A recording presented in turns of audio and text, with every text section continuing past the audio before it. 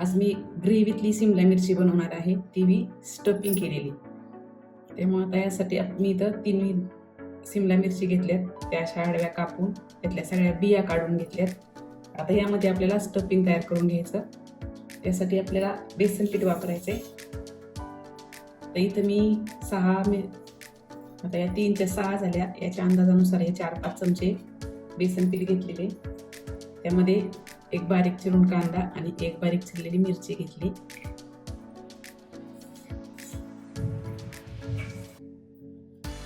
एक छोटासा टोमॅटो कापून घेतलेला आहे. थोडीशी कोथिंबीर, थोडी हळद आणि हे चवीनुसार मीठ टाकायचं. आणि थोडं थोडं पाणी टाकून आपण बेसन पोळीला जसं याचं बॅटर तयार करतो तसं तयार करून घ्यायचं. जास्त पातळ नाही करायचं, कारण आपल्याला मिरच्यांमध्ये भरायचे, ते खाली आलं नाही पाहिजे. यामध्ये मी थोडेसे जिरे टाकले. आणखी थोडंसं पाणी टाकायचं.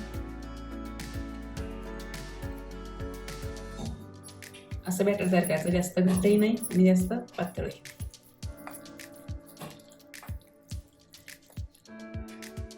आता हे एक चमचा त्या शिमला मिरचीमध्ये भरून घ्यायचं.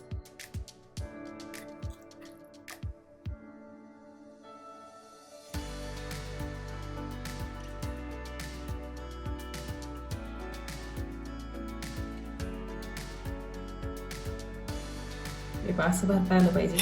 जर अशी मिरची कलंडी तर ते खाली आलं नाही पाहिजे, म्हणून थोडंसं घट्ट पीठ तयार करायचं. असं सगळ्या मिरच्या आपल्याला भरून घ्यायच्या. सगळ्या मिरच्या भरून झाल्यात, त्याच्यावरती आपल्याला थोडे तीळ पसरून घ्यायचे.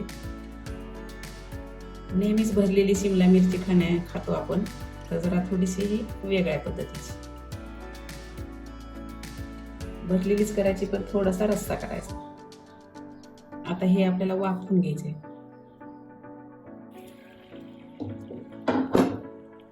आता कढईमध्ये पाणी उकळलेले, त्यामध्ये आपल्याला ह्या शिमला मिरची सगळ्या वाफवून घ्यायच्या. 10 मिनिट हे आपल्याला वाफवून घ्यायचे.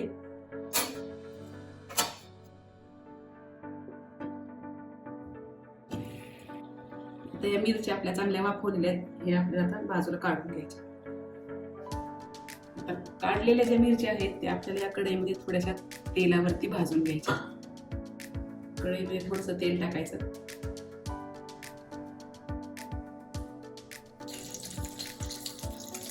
दोन्ही बाजूने आपल्याला मिरच्या थोड्या फ्राय करून घ्यायच्या.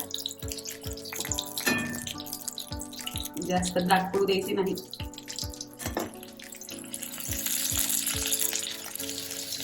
आता दोन्ही बाजूने फ्राय झालेले काढून घ्यायच्या. आता या मिरच्या आपल्याला एका ताटामध्ये. आता या सगळ्या मिरच्या वाफवून फ्राय करून तयार आहेत. आता आपल्याला यासाठी थोडी ग्रेव्ही तयार करून घ्यायची. या थोड्या वेळ बाजूला घेऊ. आता ग्रेव्हीसाठी मी इथं काही साहित्य घेतले, हे 2-3 चमचे शेंगदाण्याचं कूट घेतले, हे आपल्याला गरजेनुसार वापरायचे. कोथिंबीर घेतली, हे भाजलेल्या लसूण खोबऱ्याचं कूट घेतलेले, धना पावडर आहे, हळद, हे काश्मीरी लाल तिखट आणि हा घरगुती काळा मसाला. काळा मसाला तुम्ही जो वापरता तो घरगुती मसाला वापरा. कांदा लसूण मसाला वापरला तरी चालेल. हे अर्धा चमचा बेसन पीठ आणि हे चवीनुसार मीठ. आता आपल्याला याची फोडणी तयार करून घ्यायची. आता ह्या कढईमध्ये आपण मिरच्या फ्राय केल्या, त्यामध्येच आपल्याला फोडणी देऊन घ्यायची. थोडे जिरे टाकायचे. जिरे टाकले की हा लसूण खोबऱ्याचा कूट टाकून घ्यायचा.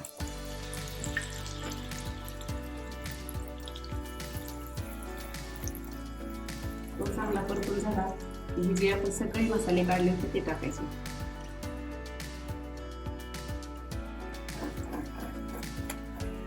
गॅस एकदम कमी करायचा आणि तेल जर जास्त तापलं असेल तर बंद करायचा मसाला भाजीपर्यंत. थोडी कोथिंबीर, दाण्याचा कूट आपल्याला अगोदर थोडाच टाकायचा, नंतर गरज पडली तर आणखी वापरायचा.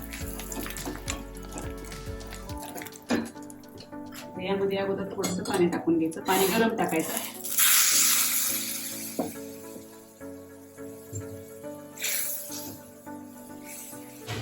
याला झाकण ठेवायचं 2 मिनिटं. आता 2 मिनिटं झाले, झाकण काढून घ्यायचं. आता याला छान तेल सुटलेले. आणखी थोडंसं पाणी टाकायचं.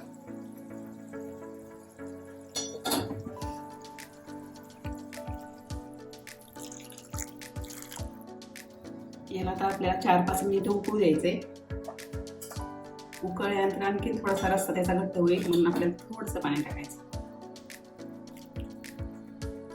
आणि 5 मिनिटं चांगलं उकळू द्यायचं.